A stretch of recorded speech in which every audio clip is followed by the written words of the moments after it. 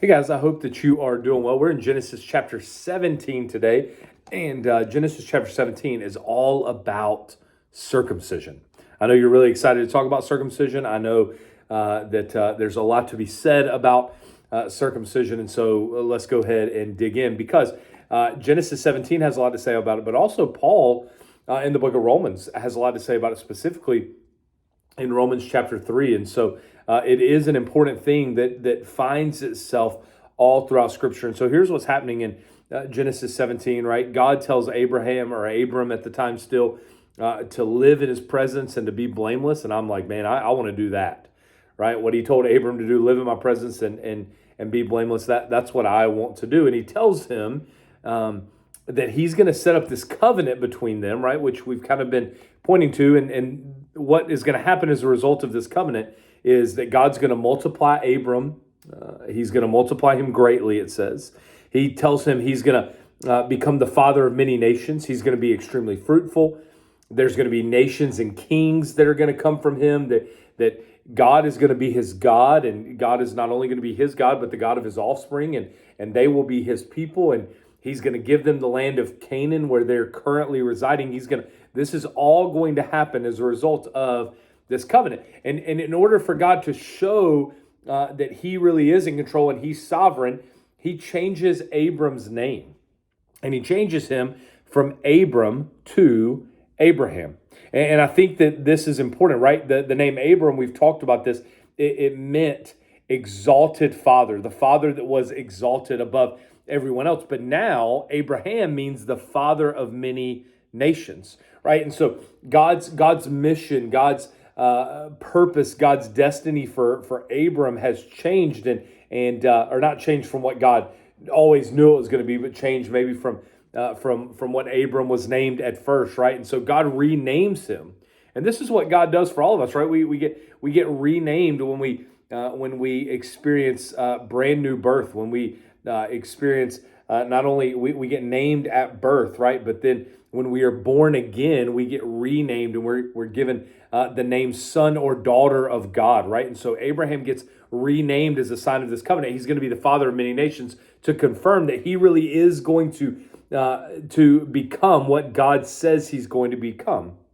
And so God tells him all of this, and then he says, this covenant, the sign of this covenant on your part, your behalf, is going to be every one of your males must be circumcised. And he tells them if any of the male is not circumcised, right, that man's going to be cut off from his people because he's going to have broken his covenant, right? And so God tells them that they've got to be circumcised, or it'll be a sign of them breaking the covenant. And so what did circumcision do for them? Did circumcision save them? Did circumcision... what was the purpose of circumcision? Well, what circumcision did was it was the thing that was a mark of distinctiveness for them, that they were a part of the people of God. Now, circumcision did not make them a part of the people of God. What made them a part of the people of God was that they were under the lineage of Abraham, and what made him the one that God had chosen was his faith.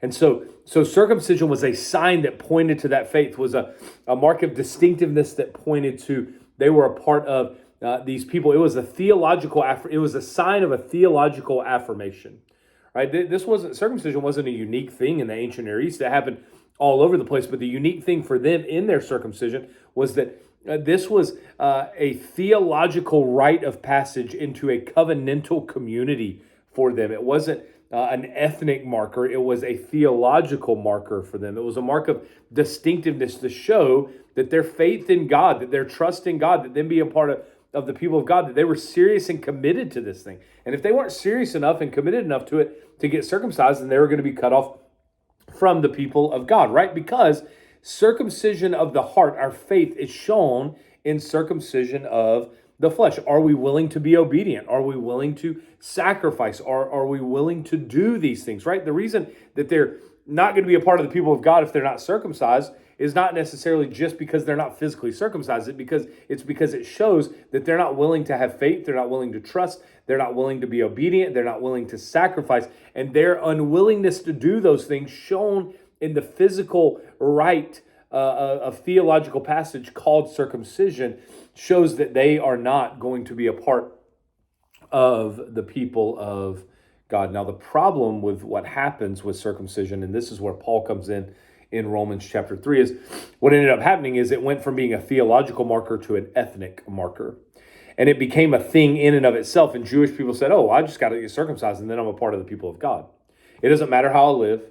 It doesn't matter if my life looks like what God says it should look like. It doesn't matter that if I'm being obedient to God. None of that matters. All that matters, as long as I'm circumcised physically, then I'm in.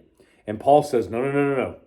That was never the purpose of circumcision, and that's not what circumcision is about now. As a matter of fact, Paul says, hey, if you're circumcised physically, but you're not circumcising your heart, in other words, you're not being obedient, you're not having faith, you're not living life in the way that God intends for you to live life as a part of his people, then your physical circumcision doesn't matter at all. In other words, you will not be a part of the people of God, right? Because physical circumcision shows theological things. The correlation to us for circumcision would be baptism, right? Baptism doesn't save you. I know plenty of people who are not saved who have been baptized, right? Baptism in and of itself does not matter. What baptism is a sign of the faith that we have placed in Jesus. It is a sign that we are unifying and identifying with the death and burial and resurrection of Jesus Christ. It is a sign that I have placed my faith and surrendered my life to Jesus inwardly, and now outwardly, publicly, in front of friends and family. I'm letting everybody know about the faith decision that I have made. And that's what baptism is. Without any of that, baptism doesn't matter. And without any of the stuff going on in here internally, circumcision doesn't matter as well. And then we get to the next part of this. And he also not only changes Abram's name to Abraham, he changes Sarai's name to Sarah. And it says that he's going to change her name, and God's going to bless her, and God's going to actually give him a son by Sarah. And she's going to produce nations, and kings of people will come for her. And again, God changes her name to show that what he says is true is actually going to happen. Her name means a princess or a spiritual mom of kings, right? And so this shows where Sarah is heading to. And this is the first time that Abraham hears from God that Sarah is actually going to be the one who has the son, and his heir is going to come from there. And so what does Abram do? Does he respond like, yeah, that sounds right, that sounds logical? No. As a matter of fact, it says in here that he fell face down and he laughed. Seemingly a mocking type of laugh. Why? Because of what he says after. Can a child be born to a 100-year-old man? Can Sarah, a 90-year-old woman, give birth, right? And so he's having a trouble believing that what God said was going to happen is actually going to happen. And God said, no. Sarah will actually will bear you a son.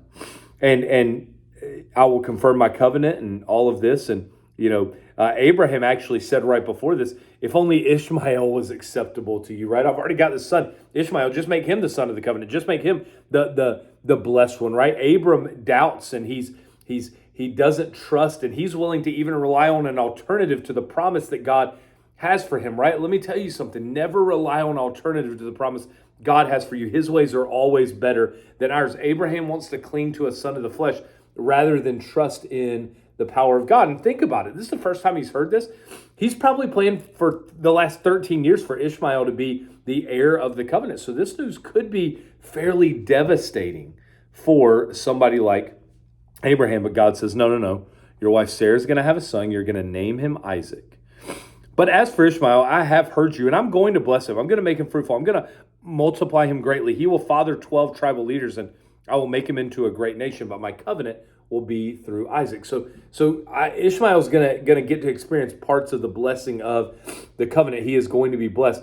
However, Isaac is going to serve as a sign of God's triumph over barrenness. Isaac is the one that is going to have the covenant passed down through him. And I think we see Abram struggling to trust whether or not God can actually do what God says he's going to do. But even though he was having a hard time trusting about Isaac and wondering what God was going to do, he was still willing to be obedient to what God asked him to do, which was to go and circumcise people. And so what did he do? He went and circumcised. Why? Because he trusted God. And his trust and his faith in God led to his action of obedience. And one of the things I want us to see in the life of Abraham is that we can't say we have faith and trust in God if it does not lead to action and obedience. The necessary condition of the covenant is total obedience. It is our lives completely being oriented to God, the holistic part of our lives. We have to depend on God. And the way that we show that, the way that we show that we have faith and trust is by living a life of total obedience. And Abraham was obedient. He went and did something that was not fun, that did not make a whole lot of logical sense, but he did it because he trusted God and God told him to do it. So let's be a people who, even if it doesn't make sense logically, even if we can't make sense of it, we trust that God's ways are better than our ways. And we're willing to go do what God tells us to do simply because we trust him and because he told us to do it. We'll see you next week for Genesis 18.